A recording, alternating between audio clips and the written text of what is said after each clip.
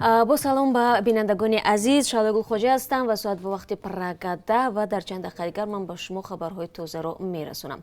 ازبکستان از فردا 1 اکتبر در برابر دیگر کشورها با رعایت قاعده‌های بهداشتی مرزش را با تاجیکستان میگشاید. در این باره آزیا پلوس از قبل منبعش در حکومت تاجیکستان خبر میدهد. افرادی که طریق دیدبانگاه‌های ماشینگذار و پیاده‌رو از تاجیکستان به قلمرو ازبکستان وارد میشوند باید با خود معلوماتنامه کووید 19 را داشته باشند. مهلت معلوماتنامه باید دیرتر از 72 ساعت را تشکیل کند.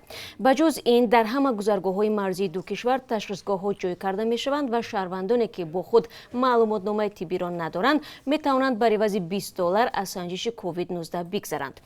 نتیجه تشخیص در دقیقه معلوم کرده می شود.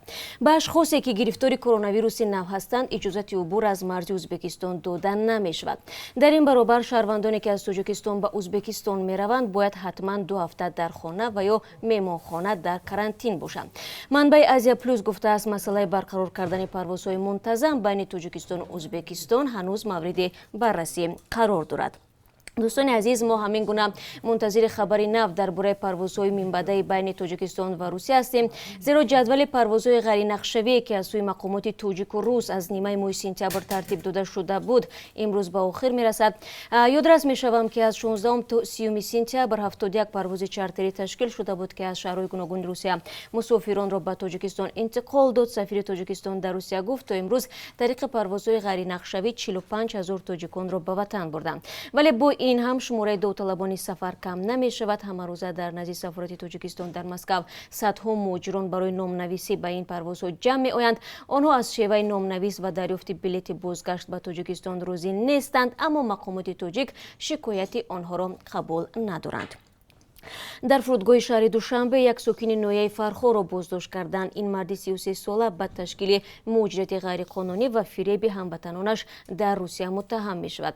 بنا به معلومات وزارت کارهای داخلی، فرد گمانبر سال گذشته در شهر مسکو ساکن 31 ساله فرخو را برای آرایش بنا کیرا کرده 320,000 روبل معاش او را نداده است. این چنین نام برده از سال 2017 تا سال 2019 در پایتخت روسیه جوان 24 ساله ساکن دهاتی غیرت نویه فرخو را برای آرایش بنا بازم استفاده برده و 340,000 روبل روسی حق موزش را پرداخت نکرده است. از روی حادثه های مذکور تفتیشات ادامه دارد. نخستین مناظره تلویزیونی دونالد ترامپ رئیس جمهوری آمریکا و جو بایدن نامزد حزب دموکرات شنبه 29 سپتامبر از 35 روز قبل از انتخابات ریاست جمهوری برگزار شد. به سبب پنجشنبه کرونا ویروس دو نامزد انتخابات پرزیدنتی در آغاز مناظره از دست دادن با یکدیگر خودداری کردند. کریستوفر ویلز مجری این مناظره بود. مناظره نامزدهای انتخابات ریاست جمهوری آمریکا ساعت 21 به وقت شرق آمریکا و در ایالت اوگایو آغاز شده 90 دقیقه ادامه کرد. این مناظره در 6 محور گذشته دونالد ترامپ و جو بایدن، دادگاه عالی آمریکا، پاندمیای فراگیر، اقتصاد، اعتراضهای نژادی و خشونت در شهرها و شفافیت انتخابات برگزار شد. مناظره با بحث درباره اینکه نامزدها نتیجه رای پرسی را خواهند پذیرفت یا نه پایان یافت. جو بایدن واضح گفته است که با روشن شدن نتیجه ها آن را خواهد پذیرفت، اما دونالد ترامپ به سوال در این باره پاسخ روشن نداده است. شهرداری مسکو سرگئی سابیانین اعلام کرد که در رابطه و افزایش کووید 19 خوانندگان مکتب‌ها از 5 تا 18 اکتبر به تعطیل فرستاده می‌شوند، اما این تعطیل به باغچه‌های کودکان ربط ندارد. سابیانین از والدان دعوت کرده است که در این مدت کودکان را بیشتری وقت در خانه نگاه دارند و برای قدم زدن تنها به نزدیکترین باغ یا گلگشت نزد خانه برورند. روز 25 سپتامبر مقامات مسکو رسما از ساکنان 65 ساله به بالا خواستند که بدون ضرورت از خانه نبرایند.